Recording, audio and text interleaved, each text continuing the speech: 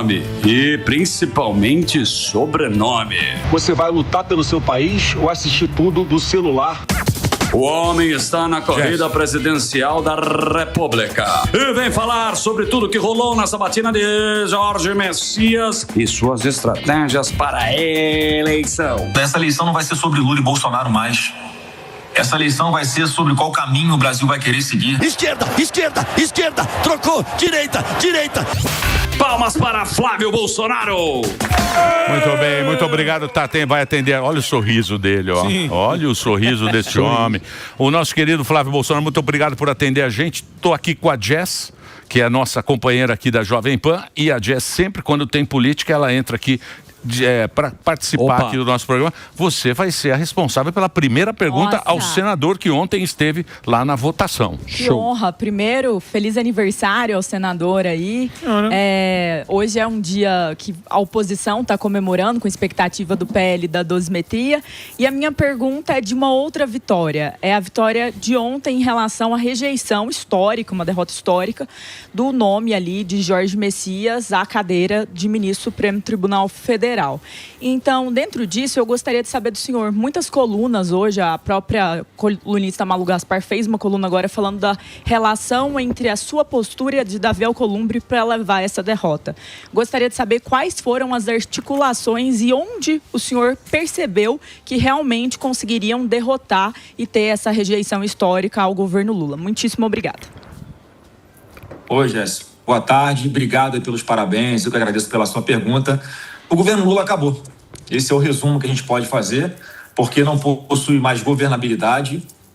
O que aconteceu ontem aqui no plenário do Senado Federal, a rejeição do indicado por STF, do senhor Jorge Messias, eu acho que teve menos a ver com ele especificamente, teve mais a ver com um contexto que foi o contexto de uma resposta, em primeiro, ao governo Lula, um governo que trata mal o poder legislativo, tenta governar usando apenas o poder judiciário, uma pessoa que não tem nem telefone celular também, convenhamos, né? Alguém que não está inserido, não está atualizado, não está conectado, assim como suas ideias, que são ideias atrasadas e que não tem mais nenhuma condição de continuar trazendo esperança para o nosso Brasil, que é o que eu tenho tentado fazer, trazer esperança para o nosso povo, mostrar um caminho que nós temos a seguir aqui de resgate do nosso país.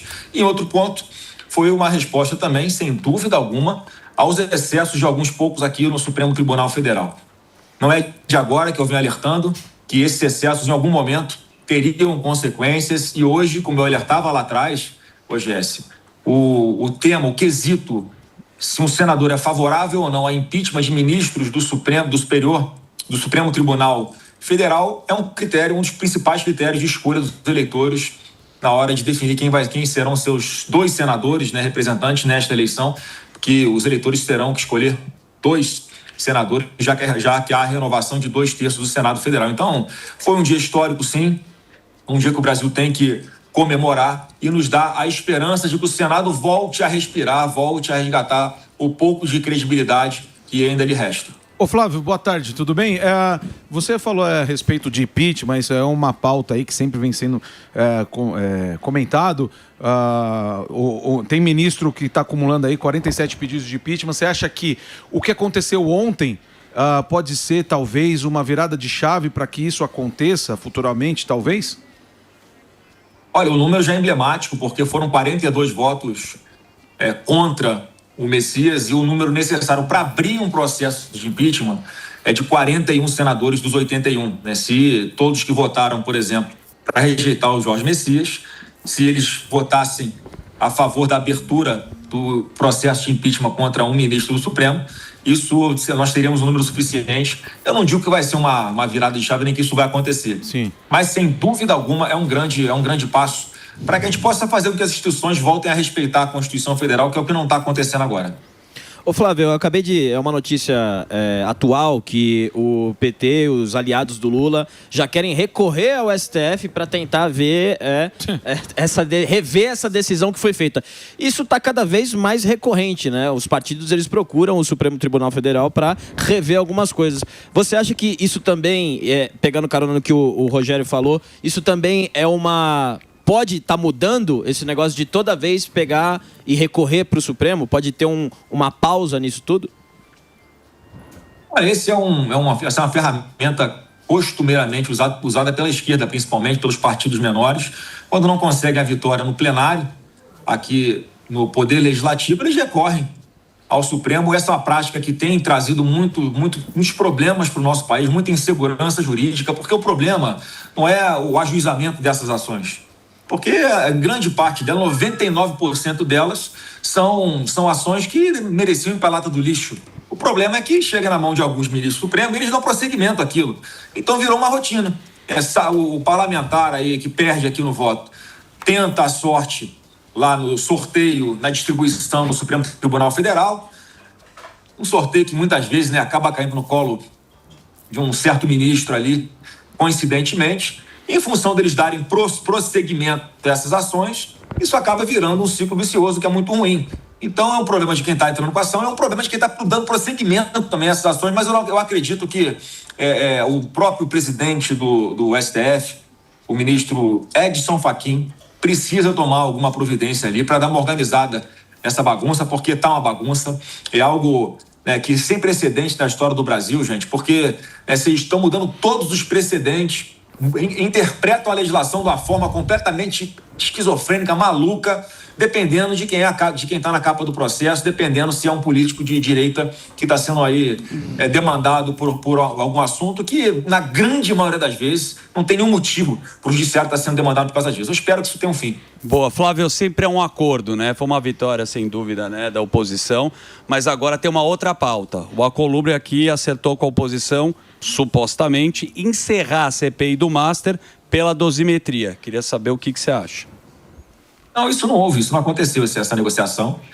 Tanto é que aqui o que precisa para votar, para ler, fazer a leitura desse requerimento de CPMI do Banco Master é apenas haver a sessão congressual. Ontem houve sim um acordo para um item único, aliás, hoje para um item único, que é a votação da dosimetria, porque é um assunto que está interditado ali, mas não tem, vamos votar, vamos derrubar esse veto, se Deus quiser daqui a pouco, eu estou aqui com vocês, e o pau está cantando aqui no plenário, vendo na televisão, estava lá agora me divertindo um pouco, rebatendo essa esquerda odiosa. É sempre um prazer vencer no debate a esquerda, mas não houve esse acordo, não tem esse acordo. Na próxima sessão congressual, isso vai voltar a ser pauta aí, e todos verão que nós aqui da direita não vamos negociar isso. A dosimetria é para diminuir as penas, né? Isso. Porque a pena até então ela era somada. Por exemplo, você tinha 4 anos aqui, mais 4 anos Exato. Lá, e agora vai diminuir a pena. Ela vai para 4 anos, depois a outra pode cair para 1/6. É mais ou menos isso que é a dosimetria. Você acha que vai passar? E aí o Bolsonaro... E o velho? Jair. Tá certo. Diz que o velho precisa operar e não estão deixando ele operar. É isso mesmo? O velho, o Bolsonaro. Emílio, vamos lá. Falando com relação ao meu pai, né, ele pediu ali, né, pro cara lá autorizar ele a fazer uma cirurgia no ombro. Ele está com muita dor no ombro, precisa fazer uma cirurgia e assim, eu acredito que isso vai ser autorizado, a qualquer momento isso pode ser autorizado. Ele vai fazer cirurgia que não é uma cirurgia de urgência, né? Então, isso aí eu acho que vai acontecer muito em breve. Agora, Emílio, a real é que esse PL da dosimetria é o que o Alexandre de Moraes deixou que fosse construído aqui no Legislativo. O relator que foi escolhido aqui, o deputado Paulinho da Força, ele constantemente ali fazia as reuniões e sempre consultava o Alexandre de Moraes. Olha só que ponto a gente chega. Consultou o Alexandre de Moraes para saber o que podia e o que não podia ir nesse projeto de lei, e a gente ali tentando a todo momento fazer uma anistia ampla, geral e restrita, mas a realidade se impõe, nós não temos um número suficiente, principalmente de senadores, para aprovar esse projeto da forma como merecia ser, de uma forma justa e que zerasse a vida, né? Devolvesse a normalidade para a vida de centenas de inocentes brasileiros que foram perseguidos por ocasião do 8 de janeiro. Então, o que está sendo apreciado aqui é porque o Lula vetou, o que nós aprovamos, uma votação muito elástica na hora de apreciar esse projeto, vai para o presidente da República, ele vetou, e a gente aqui agora está trabalhando para derrubar desse veto. Eu acredito que o veto vai ser derrubado, sim. E como foi dito aí também, né? Vamos ver se não vão procurar de novo o próprio Supremo Tribunal Federal, porque perde no plenário e recorre para os amigos ali do outro lado da Praça dos Três Poderes. Eu espero que isso não aconteça, mas há uma chance disso acontecer. E com relação ao velho, Emílio, para concluir, ele é um cara tão diferente, um coração tão grande, que ele sabe que essa redação não vai colocar não dá direito a ele fazer uma progressão de regime, por exemplo. Mas 99% das pessoas que foram perseguidas e condenadas nessa farsa do 8 de janeiro, elas vão poder ir para suas casas. Isso aí é o que está motivando ele. Ele está muito ansioso. Vou estar com ele daqui a pouco na parte da tarde. Espero já estar lá com ele para dar um abraço e comemorar essa dupla vitória que o Brasil, se Deus quiser, vai ter daqui a pouco aqui no plenário também, com o derrubado do veto da dosimetria. Mas agora nós queremos saber qual foi o papo. Temos as imagens aqui. Imagens aí. Nós temos as imagens aqui. Não vamos fazer a leitura labial. Nós vamos querer saber direto. Que você, diretamente, você vai dizer qual foi o papo. Qual a pauta? Neste momento, qual foi a pauta aí, ó? Jacques Wagner. Isso. Nesse momento, você e o Jacques Wagner. Foi antes da votação. Isso. Jaquinho. Não, e tem muita gente dizendo aí, tem bastidor colocando a reação do Jacques Wagner ali no momento do anúncio da rejeição como no mínimo estranha, porque ele sorri, ele abraça o presidente do Senado, Davi Alcolumbre, ele não estava satisfeito com a indicação do Messias. O que acontece? O que tá rolando aí, meu querido Flávio? Senão a gente estava... Não, Emílio, a gente estava batendo um papo sobre a votação que ia acontecer, né? Eu dizendo que tinha convicção de que nós iríamos ganhar, que o governo ia perder e tal. E eu acho que, assim, eu sempre tive uma relação boa com ele aqui, respeitosa, né? Eu sempre fui assim, converso com as pessoas, né, que dão ali espaço para a gente trocar uma ideia e tentar construir alguma coisa em conjunto. Ele é um cara que, se não fosse o Jacques Wagner, o governo jamais estaria na condição que está, porque se hoje está ruim, sem ele está bem pior. Eu quero dizer isso, que em função de ele ser o líder do governo, ele é uma pessoa que, né, tem que reconhecer essa habilidade dele de conversar e dialogar e conversar e tentar construir pontes. Em função disso, ele ainda conseguiu algumas vitórias para o governo Lula, mas agora, essa ele não conseguiu evitar, não era inevitável, na verdade, por causa desse contexto que eu falei no começo aqui, de, né, uma resposta ao Lula e uma parte do STF, e ele sabe que a partir de agora a missão dele ficou impossível. O governo Lula acabou.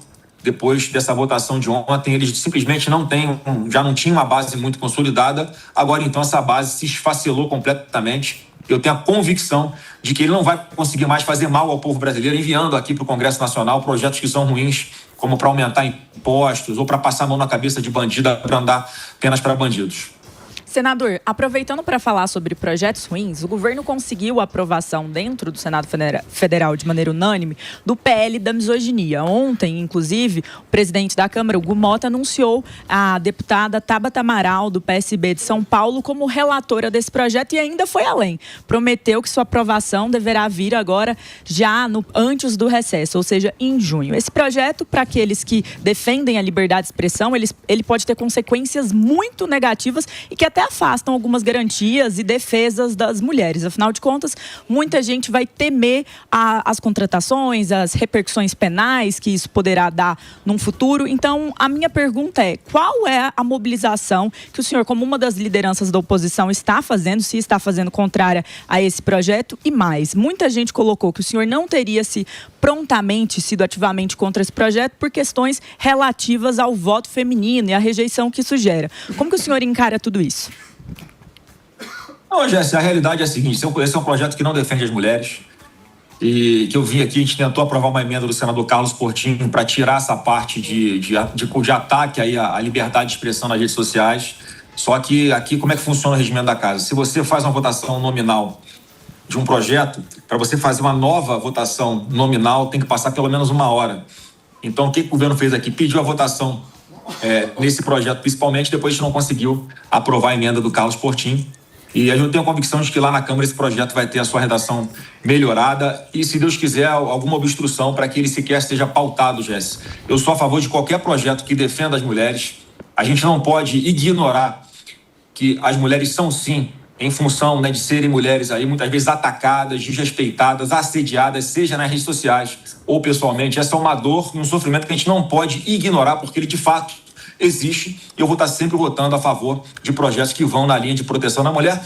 E na prática também, como fez o presidente Bolsonaro. Se tivesse o Guinness Book aqui no Brasil que pudesse marcar, registrar a maior operação que já existiu na história do governo federal de cumprimento de mandados de prisão de agressores de mulheres, foi durante o governo do presidente Bolsonaro, onde milhares foram presos em poucas horas pelo fato de terem agredido mulheres. Então a gente faz a nossa parte, não apenas da boca para fora. O Lula tá bravo, hein? Tá. Por quê? O Lula tá bravo. Então, diz não que o Lula... gostou. Não gostou, lógico. Mas diz que muita gente pulou do capítulo, já pediu a exoneração imediata Ó. De quem? dos cargos de confiança, da carreta furacão. pessoal. A carreta tá indo Carreta embora? furacão, Sobrou pra carreta. Diz que os caras ligados ao Columbre e tal. Sei. E quem foi o traíra Quem foi do o Lula? X9? Quem foi o traíra aí Talarico. Ao Columbre? do Lula? Hein, ô Flávio? Você que sabe, você sabe. Você Pai, sabe. Você sabe. A Você gente sabe. desconfia, Eu Emílio, a sim- gente desconfia. Você tem as Conta informações. pra gente. O votinho secreto ali é difícil de falar como é, que cravar como é que cada um votou, né? Mas, obviamente, para chegar ao número de 42, Não é. gente que estava votando com o governo votou diferente. Eu acho que pesou o seguinte ali, ontem até, Emílio, eu cheguei a falar que não tinha feito uma articulação e tal, mas por causa daquele momento, eu não gosto de ficar tripudiando em cima da pessoa que acabou de sofrer uma derrota, né, que obviamente é muito vergonhosa para ele, né? Então, naquele momento, eu preferi falar que apenas tinha pedido o voto contrário. Mas, na verdade, houve sim uma grande articulação que eu participei, especial na terça-feira de manhã. Nós fizemos uma reunião no nosso bloco parlamentar aqui, que vai além apenas do PL, e eu expressei ali isso tudo que nós falamos aqui, o momento que exigiu uma resposta do Senado para o governo federal, para esses poucos ali no Supremo também, e que isso seria, sim, algo muito importante para o futuro do país, porque ia ser o terceiro amigo do Lula que ele ia tentar colocar ali no Supremo, que a gente estava vendo como é que as decisões são tomadas aqui por parte do Supremo Tribunal Federal, em função de quem está na capa do processo. Eu tenho certeza ali que por influência de quem indicou essas pessoas nesse atual governo, e a gente ia estar apenas reforçando todo esse clima que existe hoje de ativismo judicial e de perseguição, porque era mais um amigo do Lula aí que tem historicamente relação ideológica com a esquerda e com o PT. Então, em função disso e também da expectativa que já havia, não há uma promessa com relação a isso, Emílio, mas há ali um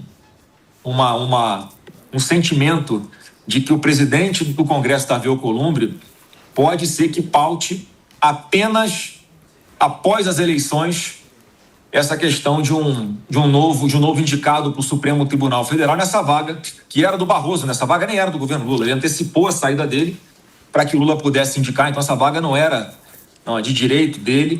E essa expectativa de mudança do governo pode ter motivado, já que eu sou uma pessoa que transito bem aqui no plenário do Senado, no plenário da Câmara, as pessoas me conhecem aqui na política e sabem que uma indicação minha, porventura, lá na frente, né, se fosse por vontade de Deus, jamais ia ser na linha de colocar alguém lá que promovesse perseguição política aos adversários, né? Então, isso tudo pode ter pesado e vamos ver se o Davi, se é que o presidente Lula vai enviar para o Senado Federal um novo nome e, em caso ele indicando, o Davi tem duas opções.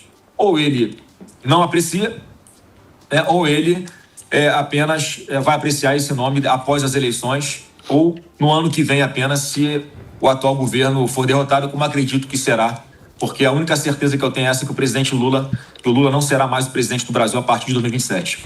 Eu só vou fazer um break agora para a Rede de Rádio. Muito obrigado pela sua audiência, muita gente acompanhando. Flávio Bolsonaro está aqui ao vivo com a gente, está lá em Brasília. Daqui a pouquinho vai ter outra votação. Ele está disponibilizando o tempo dele para bater um papo com a audiência do Pânico, que nesse momento é muito grande em todo o Brasil. Vou fazer um break rapidinho para a Rede de Rádio, para você que está acompanhando nas plataformas. A gente continua. Vai lá, Reginaldo. Boa. Aproveitando esse momento de celebração, esse sorriso no canto do seu rosto, Flávio, eu percebo que agora a gente pode fazer uma pergunta direta para você. Você esteve recente agora com o Romeu Zema e falou, verdade. será? E ao mesmo tempo, será que o Romeu Zema vai ser seu montar vice? a chapa. Vamos montar a chapa, Zé porque agora é o momento que você saiu de um churrasco, comemorou com a oposição, você pode abrir o coração aqui no programa. Minha pergunta. É Romeu Zema ou Tereza Cristina? Interrogação na tela. No pique.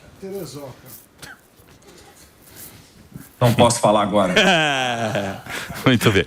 Jess, tem pergunta, Jess? Não, tudo bem. Você não pode falar qual dos dois é, mas o nome de Romeu Zema está sendo seriamente considerável. Teve gente que falou que ele está radicalizando. Você vê isso como um problema ou você acha que a postura dele, ativa, até mesmo nesse caso aí do ministro Gilmar Mendes, na verdade é positiva e saudável para a democracia? Na verdade, que o Zema está fazendo é o que a gente já faz há 4, 5 anos, né? Denunciar os excessos do Supremo Tribunal Federal, né? Que bom que esse ano ele também está ali atuando de uma forma mais incisiva. Eu acho que esse é um sentimento geral dos brasileiros, né? Que não concordam com perseguição, que querem buscar o judiciário quando se sentirem injustiçados e terem a certeza que aquele juiz vai ser um juiz imparcial, que vai julgar a causa, não vai colocar nenhum outro fator não republicano na hora de tomar a sua decisão e, com isso, fazer justiça de verdade. Então, o Zema está nessa linha e ele é um pré-candidato, está colocado o nome dele, ele está dizendo para todo mundo, Jéssica, que ele vai manter isso aí até o final. Então, a gente está apenas conversando, eu tenho a convicção que todos nós, no final das contas, temos o mesmo objetivo, que é mudar o Brasil. E eu tenho a certeza, mais uma vez, né, que independente de ser no primeiro ou no segundo turno, a gente vai estar junto, né, porque hoje essa eleição é completamente diferente da de 2022. Na de 2022, o Bolsonaro estava lá sozinho, sendo atacado por todo mundo. E nessa agora está o Lula sozinho, ele será atacado por todo mundo com verdade. Diferente do que ele fazia lá atrás com mentiras contra nós e com a ajudinha, claro, de parte do Tribunal Superior Eleitoral, que desequilibrou a disputa em 2022. Esse é mais um fator diferente esse ano. Não haverá esse desequilíbrio, porque hoje nós temos um TSE composto por pessoas imparciais, de verdade, que não vão promover perseguição política a lado nenhum. Então, a expectativa é muito positiva, é a questão de vice, a gente tem que pesar. Eu, de verdade, tenho para mim que é importante ter uma mulher experiente, competente, com visibilidade e que vá complementar algo à nossa chapa.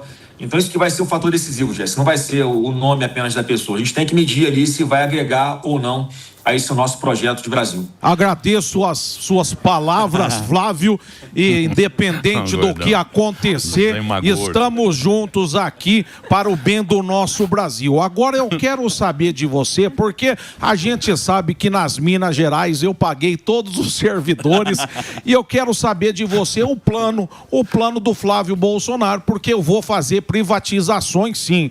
Seus planos aí, além de tudo isso que a gente já sabe sobre o judiciário e tudo mais, e a democracia do nosso país. Quais os seus planos? Olha, a gente tem que arrumar nossa economia para começar, as despesas têm que caber dentro das receitas, como funciona na nossa casa, né? Se você começar a gastar mais do que o que você ganha, você começa a entrar em dívida, chega um momento que a dívida fica impagável, você vai perdendo tudo na sua vida, imóveis, bens, e é uma maré movediça, né? Sim. Só para você ter uma ideia, agora em março, tá? Dados de março, a dívida líquida do Brasil cresceu 222 bilhões só em março. Isso significa que a dívida líquida do Brasil cresceu 7,2 bilhões por dia. Isso é uma insanidade, é uma velocidade. Isso é uma ruína fiscal tão acelerada que o Brasil vai ter que fazer alguma coisa aqui para poder chegar até 2027. Então a gente vai precisar fazer um governo, sim, de austeridade, cortar muitos gastos. O Brasil tem aí mais de R$1 trilhão em imóveis. A gente precisa ter um mecanismo de agilidade de vender esses imóveis. O governo a União pode se desfazer de muitas ações que ela possui na Bolsa de Valores, ações de empresas privadas que podem ser vendidas, a chamada a desestatização do governo. Isso são recursos que podem entrar também para esse caixa. A gente tem uma proposta que daqui a pouco vai estar mais clara para o público, em especial usando tecnologia, inteligência artificial, que a gente vai ter uma governança tecnológica que vai ser ali um acompanhamento imediato de todos os gastos públicos. Isso vai permitir uma fiscalização muito melhor, muito mais ativa. A gente vai conseguir economizar algumas dezenas de bilhões de reais com isso. Boa. E esse dinheiro vai ser usado, uma parte, sim, para poder pagar uma parte dos nossos juros, uma parte tem que ser usada para infraestrutura, projetos que vão ficar para as próximas gerações. E essa vai ser uma marca do meu governo, vocês vão ver. Eu não vou estar preocupado com a próxima eleição, até porque eu assinei uma PEC e vou cumprir de acabar com a possibilidade de reeleição. E uma outra parte desse recurso que nós arrecadarmos, aí a gente vai poder usar para o social, para poder cuidar das pessoas que precisam, porque o brasileiro está passando muita dificuldade. A gente tem que cuidar de quem precisa e também dar uma alternativa para aqueles que ali tenham condições, conseguir caminhar com as próprias pernas, ter um emprego que pague melhor e levar dignidade para suas casas. Muito bem. Temos a manifestação de Dilma. Opa! Certo. Dilma está aqui, tem essa manifestação da Dilma a respeito da votação de ontem, Flávio. Que é isso? Não sei se você está recebendo aí a nossa querida Dilma. Uma salva de palmas para ela também participando desse programa. Pois não, meu querido. Fala, Flávio, tudo bem? Pergunta sobre tretas e divisões. Agora, com a vitória de ontem, a possível vitória de hoje, você acha que de uma forma unânime, a oposição vai votar junto daqui para frente e as tretas, principalmente das redes sociais, vão terminar? Como é que, na sua opinião, vai ficar isso aí? E quem ganhou o jogo de hoje no churrasco? Bom, para começar, quem ganhou o jogo, obviamente, foi o meu time, né? Deixei 3 gols marcados ali, registrados. Obviamente, ali o pessoal, na hora de chegar perto de mim para tomar a bola, tomava um certo cuidado. Mesmo assim, o time oposto vinha, dava totozinho no calcanhar, cotovelada, tentava jogar sujo, mas a gente jogou limpo, com um time muito bom, conseguiu vencer. É assim que a gente vai fazer com o Brasil também. E com relação aí a essa treta na direita, gente, uma coisa a gente tem que deixar muito clara. Nós aqui somos... A direita, ela tem seres pensantes de verdade, pessoas que pensam diferente, e no fim das contas, todo mundo quer a mesma coisa. Todo mundo quer mudar o nosso país. Eu faço a seguinte analogia, cara. Você vai, já que estamos falando de futebol, né? Você vai para dentro do vestiário, cara. A gente, troca ideia ali, se xinga, fala mais alto com um, com o outro. Depois a gente se abraça, vai para o campo para ganhar. A diferença é que o que está acontecendo agora parece que tem uma transmissão ao vivo de dentro do vestiário. A gente acaba expondo essas conversas de uma forma pública, o que muitas vezes não é inteligente. Mas a gente tem que respeitar quem pensa diferente. Estou respeitando o tempo de todo mundo. Eu já quero agradecer o PL Mulher, aí que está fazendo postagens falando já da nossa caminhada, falando de Flávio Bolsonaro. E assim que vai acontecendo, de uma forma natural, sem impor nada a ninguém. Porque, mais uma vez, está todo mundo querendo a mesma coisa e todos têm a consciência que o único caminho que tem é pela minha pré-candidatura, que está colocada e, graças a Deus, consolidada e crescendo a cada dia. Albeta. Senador, o Alexandre de Moraes recentemente determinou a abertura de uma investigação contra o senhor por uma suposta calúnia contra o Lula. E muitos eleitores seus temem uma inelegibilidade. O que você tem para falar sobre isso? Tem essa possibilidade? Não tem essa possibilidade de inelegibilidade, porque esse é um processo que, em tese, ele demora um pouco. Ali no seu mérito não teve nenhuma agressão ao Lula, eu só falei, né, que ele ia ser delatado lá pelo Nicolás Maduro, né, o ditador da Venezuela, que foi preso porque responde a processo nos Estados Unidos, estava ali oprimindo o seu povo na Venezuela. Mais de 8 milhões de venezuelanos deixaram o país para fugir da miséria, da fome, da perseguição.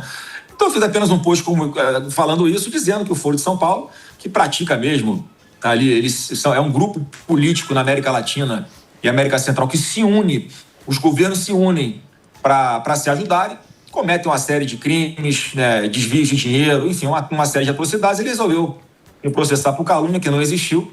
Agora, vamos lá, sendo muito, muito franco, eu percebo que há sim um movimento de alguns ministros do Supremo, em especial da primeira turma do Supremo, para, de alguma forma, deixar ali essa espada apontada para a cabeça de alguns, porque eles estão vendo que a gente vai vencer essas eleições, eles estão vendo que no TSE não vão conseguir nos sacanear como nos sacanearam em 2022, e eles estão tentando, de alguma forma, criar ali um mecanismo para que o Lula possa usar esse atalho para não passar pelo TSE, usar ali a primeira turma do STF para, nas questões criminais, tentarem me atingir de alguma forma, tentarem me censurar de alguma forma ou causar algum prejuízo para a minha campanha. Isso é um movimento que eu lamento muito. Eu espero de verdade que o presidente do STF, o ministro Edson Fachin, faça alguma coisa para controlar essa casa, para evitar esses desvios de interpretações, essas ilegalidades, burlando a lei, burlando a Constituição, burlando o regimento interno do STF, para tentar mais uma vez interferir nas eleições. Quem escolhe o presidente do Brasil é o povo. É você que está me assistindo. Não pode ser um ministro aqui numa canetada no STF. Ninguém vai aturar mais isso. Então, acho que o ambiente político no Brasil está mudando. Não há mais espaço para esse tipo de gol de mão. E eu espero de verdade que essa minha previsão não se concretize. O Gilmar aqui, o Gilmar Mendes aqui no X.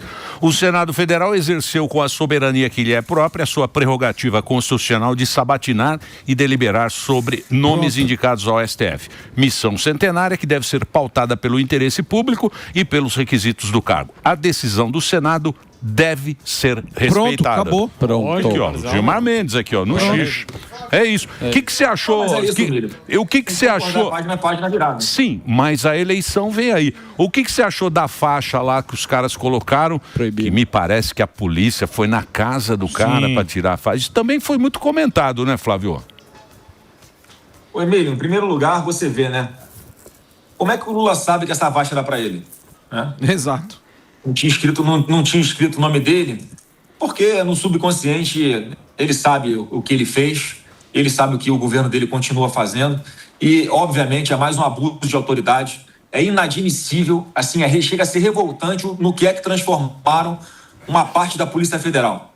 Essa instituição que tem que ser sempre respeitada, enaltecida, que tem um trabalho histórico, né, de coisas boas que fez para o nosso Brasil, investigando criminosos de verdade, mas nesse atual governo, esse grupo especial do Lula que existe na Polícia Federal, ele é utilizado para perseguir adversários políticos aqui no Brasil, lá nos Estados Unidos, como fizeram com a Ramagem, lá na Itália, como fizeram com a Carla Zambelli. Isso vai acabar. Podem ter certeza que isso vai acabar e todos esses policiais federais que estão se prestando a esse papel ilegal, eles vão ter que responder dentro da lei em algum momento, ou eles acham que eles vão ficar para sempre aí fazendo essas atrocidades, perseguindo pessoas, desgraçando a vida de tantos brasileiros de forma impune. Isso não vai acontecer. Com certeza, em algum momento, a gente vai poder resgatar a credibilidade e a honra da nossa Polícia Federal. Senador, um outro ponto dentro dessas questões de calúnia e difamação é que o PT agora, todo dia também, né, o deputado federal Rogério Correia até fez uma postagem sobre isso, tem tentado atrelar a imagem do caso Master a Bolsonaro e até especificamente fizeram uma postagem aí que atrelava o senhor a essa situação do caso do Banco Master. Eu queria saber quais medidas o senhor está tomando em relação a isso e eu vou além. A delação de Daniel Vorcário, Zettel e os demais envolvidos dizem que vai abalar a República. Qual é a sua expectativa e como o senhor imagina que isso impactará a eleição de 2026? Olha, Jéssica, a primeira coisa que eu organizei na minha pré-campanha foi um time jurídico, que tem tido bastante trabalho, porque a esquerda a todo momento ela se organiza para criar conteúdos falsos, mentirosos, criminosos, inventam, distorcem tudo e não tem surtido muito efeito na prática, porque eu acho que o povo vai conhecendo que o que vem dessa galera aí não presta e não tem nenhuma credibilidade. Mas a gente tem ajuizado várias ações com relação ao Banco Master. Já há pelo menos 2 decisões judiciais favoráveis a mim, dizendo que eu não tenho absolutamente nada a ver com o Banco Master, que isso é uma fake news, uma mentira. Está escrito assim nessas decisões. E assim, a gente pretende ir rebatendo, infelizmente não é na velocidade que eu gostaria, mas assim, Banco Master é o seguinte, né? Querem a todo momento vincular a gente a algo que a gente não tem nenhum envolvimento. É até difícil você falar como é que você se defende de alguma coisa que você não fez, né? Como é que você prova alguma coisa que você não fez. O que está trabalhando é esclarecendo a população, porque quem fez reunião secreta fora da agenda com ele foi o Lula, com o Daniel Vorcário. Foi o Lula junto com o Galípolo, junto com o Rui Costa. A gente olha lá para a Bahia, onde começou toda essa fraude ao sistema financeiro, começou na Bahia. Ali os ativos começam a ser potencializados de uma forma fora da lei. Ali que há aquela questão do banco que vendia do mercado popular, que era público, e o PT privatizou para um amigo dele, Augusto Lima, e ali começa o V0 para que esses recursos pudessem começar a ser multiplicados, né, de uma forma assim, vezes 100, vezes 1000, vezes 1 milhão, um rendimento assim que nenhum brasileiro nunca viu na história do nosso país. Então, assim, o que já apareceu até agora do Banco Master apenas aponta para o governo Lula. Ele que fazia as articulações, ele que tentou ajudar de alguma forma, usando seus ministros, chamando fora da agenda esses atores. O que está mostrando ali, o que mostrou o Banco Master foi também o ministro Alexandre de Moraes usando a esposa ali para, enfim, um contrato de 129 milhões de reais, que não para de pé o contrato, não tem prestação de serviços, obviamente, feitas que justifiquem esse valor, muitas vezes o próprio ministro atuando como advogado. É isso que as investigações estão mostrando, portanto, absolutamente nada a ver com o presidente Bolsonaro. Agora, Emílio, eles tentam também nos vincular na questão do INSS. Sim, mais uma vez, não tem nada a ver. Dos velhinhos, né? Assim, dos velhinhos. Qualquer brasileiro que olha para aquela foto vergonhosa dos deputados do PT, da esquerda, comemorando o fim da CPI. Se eles estão comemorando o fim da CPI, que em tese me pegaria, eles estariam comemorando? Não, eles estão preocupados com quem? Com o filho do Lula. Esse sim que é suspeito de ter ali recebido uma mesadinha, né, de 300, mensalinho de 300 mil reais por mês, chegando a 25 milhões de reais. Assim, qualquer brasileiro com 2 neurônios entende que a questão do INSS, do roubo dos velhinhos, dos aposentados do INSS, não tem pé nem cabeça a gente ser acusado de ter feito isso no governo Bolsonaro. Quer dizer, vai ser o Bolsonaro fez um esquema de corrupção para beneficiar o irmão do Lula, o Frei Chico, que era o diretor, que participava da direção de um dos sindicatos ali envolvidos no roubo, no desconto dos aposentados nos seus contra-cheques de forma ilegal. Então, assim, não dá liga, não para de pé. Mas eles vivem disso, né? De mentiras, de narrativas, e é o que cabe a gente, com a verdade, vir aqui te fazer tudo isso. Pegando essa carona aí do Banco Master, ô Flávio, pelo que eu consigo observar, parece que o PT e todo mundo vai colar em você essa pecha, né, do INSS, do Banco Master, que você é o candidato do sistema e também da Faria Lima. Como é que você enxerga essa estratégia do PT? Olha, eu não sou o candidato da corrupção do governo deles. Eles estão numa lama sem fim e querem puxar todo mundo para dentro da lama. Isso não vai acontecer. Eu sou filho do Jair Messias Bolsonaro, não sou filho do Lula. Para me confundir com corrupto, né? Sim. Ô Flávio, você sabe que o Valdemar da Costa Neto sentou aqui nessa cadeira recente e ele foi para os Estados Unidos conversar com o seu irmão, o Eduardo. E teve, me parece, um ruído do Carlos Bolsonaro, também, que é seu irmão, que falou, me ajuda a te ajudar, Valdemar. O que é essa relação e qual que é o papel do Eduardo Bolsonaro para você? Olha, o Eduardo Bolsonaro só está fora do país, né, porque ele é mais um perseguido político. A vontade dele era estar aqui. Alguém que certamente teria grandes chances aí de se eleger senador da República pelo estado de São Paulo, alguém que faz um trabalho brilhante, alguém que abriu mão da própria carreira, da própria vida, que foi para lá com a família, está longe de parte da família, alguém que em algum momento ainda vai ser reconhecido, sim, como um grande herói, porque ele está de lá lutando pela liberdade aqui do nosso povo brasileiro. Em qualquer ditadura, quando você não tem mais a quem recorrer dentro do seu país, a ditadura está estabelecida, você só pode se socorrer a mecanismos internacionais de direitos humanos, as organizações internacionais, né, que prezam pela democracia. Isso que ele foi fazer lá, denunciar o mundo. O que está acontecendo no Brasil está sendo muito bem sucedido nesse aspecto, né?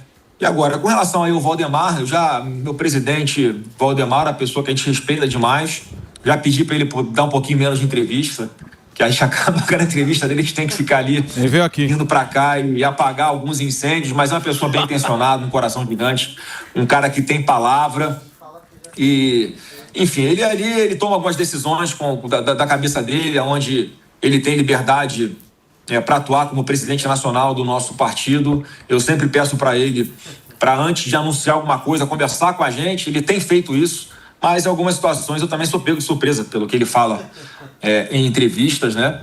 Só que, mais uma vez, é um cara que tem sido muito correto com a gente e, mais uma vez, qualquer crítica a ele ou críticas dele a alguma pessoa, pode ter certeza que as críticas são sempre no sentido ali de ganhar, de acertar e de conseguir o melhor para o nosso país.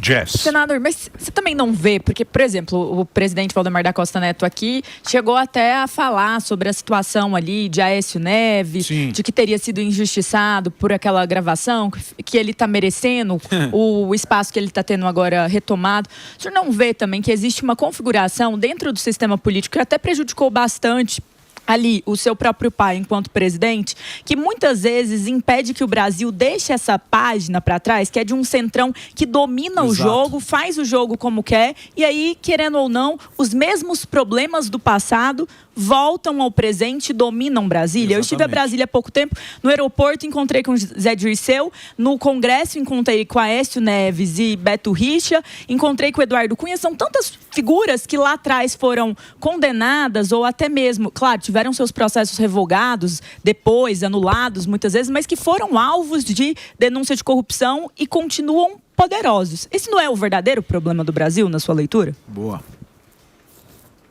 Eu acho que assim, eles não têm mais esse poder todo que você está achando, não, tá? São pessoas que têm as suas histórias ali, políticas, né, pro bem ou pro mal. Algumas pagaram aí já pagaram pelo que fizeram.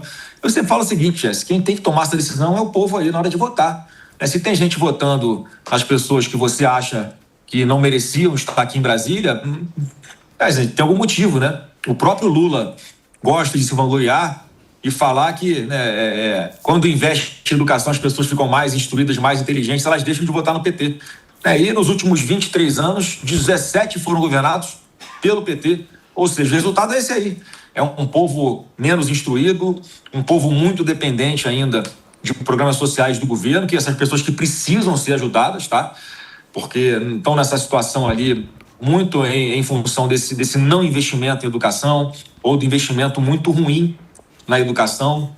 Você pega aí o ensino fundamental, o ensino médio, os nossos jovens estão saindo de lá mais militantes do que preparados para a vida. É uma coisa que eu pretendo mudar, investir pesado no ensino fundamental, redirecionar esse recurso do orçamento ali para a primeira infância, de 0 a 3 anos, com creche para as mães que precisam deixar os seus filhos para ir trabalhar, mas que nessas creches recebam os estímulos neurológicos ali que vão refletir no desenvolvimento muito mais saudável e produtivo dessas crianças, oferecer aos nossos jovens aí que estão fazendo ensino médio, por exemplo, ensinos de tecnologia, inteligência artificial, para que concluam o ensino técnico profissionalizante e já saiam empregados, uma parceria com empresas, ou seja, as empresas fazendo esse meio de campo com educação pública e dizendo quais são as suas necessidades para que nós possamos formar esses jovens para que eles possam ir para o mercado de trabalho para receber um salário decente de 5, 6, 10, 12 mil reais e não concluir agora o ensino médio, como tem acontecido, e não conseguirem um espaço no mercado de trabalho, ou até muita gente formada no ensino superior, e mais uma vez também, mal formada porque a instrução é ruim, né, das universidades públicas principalmente, e não conseguem um lugar no mercado de trabalho, acabam precisando viver ali de bolsas de pesquisa dentro das universidades e bolsas que cá para nós, em grande parte das vezes, dinheiro público é usado para que pesquisas sejam feitas para algo que não interessa para o país. Então isso tudo precisa mudar, mas precisamos ter na cadeira de presidente alguém que pense dessa forma que eu estou falando e também senadores e deputados aqui no Congresso que ajudem a consertar o orçamento, a legislação, para que a gente possa, de fato, pegar aí os próximos 5 anos e evoluir como se tivéssemos passado 50 anos, ou seja, 50 anos em 5 de desenvolvimento do Brasil. E para concluir, eu acho que esse ano é o fim do ciclo do PT. O Lula não deixou nenhuma liderança aí que possa fazer sombra ao alcance dele, né, ao espaço político que ele ainda possui no Brasil hoje, diferente de nós aqui da direita. Então a eleição de 26 vai dizer muito sobre isso. É o fim do ciclo do PT e eu tenho a convicção que a partir de 2027 isso vai ser muito fácil de acabar com essa polarização. Eu acredito de verdade nisso, porque vai acabar essa história de PT. Da minha parte, eu quero olhar para frente, eu não quero ficar falando de Lula. Óbvio que tudo que ele está fazendo de deterioração da máquina pública, isso vai precisar ser exposto, mas eu não vou perder o meu tempo com essa guerra de discussão e de narrativa. Eu vou querer resolver os problemas do Brasil de verdade e é o que eu pretendo fazer. É isso aí, tem muito problema para a gente resolver. O que a gente torce aqui, Flávio, e quem está ouvindo o Pânico, e principalmente nesse ano agora, é que a gente possa ter liberdade para discutir os problemas, para debater os problemas, para que a gente possa, para que não haja perseguição, para a gente poder realmente. Fala-se tanto em democracia e você sabe que o principal da democracia é você ter a oposição poder se colocar, a situação poder se colocar e o povo poder decidir, porque é ele que no final vai escolher os caras na eleição. É isso aí, é tão simples. Oi? Ninguém aguenta mais tanta briga, a real é essa, ninguém aguenta mais tanta briga, eu também não. É por isso que eu falo que eu posso acabar com essa polarização, porque quando um não quer, dois não brigam. E para me tirar do sério é difícil, para me irritar é difícil, né? Eu não fujo de briga não, sou firme quando precisa ser firme, como agora estava acontecendo no plenário. Desci lá só para dar um abraço na galera, receber os parabéns dos meus amigos parlamentares. E a esquerda subindo ali na tribuna, me atacando a todo momento. Eu pego o microfone e devolvo muito amor para eles e jogo na cara deles algumas verdades também. Então eu de verdade vou querer pacificar esse país. Ô Flávio, manda um abraço lá pro velho do Pânico. Pode deixar. O velho lá, fala que a gente tá com saudade. Tomara que ele volte aqui um dia pra gente fazer uma entrevista. Fizeram tanta entrevista bacana com o velho. Sim. E a gente quer que ele tenha saúde, que ele não passe por essa dificuldade, que a gente sabe que ele tá passando por muita dificuldade. Obrigado, viu? Obrigado por ter aniversário do Flávio hoje. Ah, é seu aniversário? É, eu falei pra ter homenagem. Ah, é? Sim. Então, happy birthday to you. Happy birthday to you. Dilma Rousseff. Happy birthday. É o nosso homenagem. Happy birthday to you. É nossa homenagem aí pra você. A homenagem pra você, ô Flávio. Eu venho pra casa pra nós comer um bolinho aí. Vem pra cá. Obrigado, viu, Flávio? Obrigado por ter... Obrigado vocês, tá? Vou mandar um abraço pra ele sim. Obrigado aí pelo carinho. Espero ter contribuído aí com as duplas pra sanar as dúvidas de vocês. Um abraço e com Deus. Valeu. Direto de Brasília, então, Flávio Bolsonaro. Jazz, obrigado. Põe aí a rede da Jazz.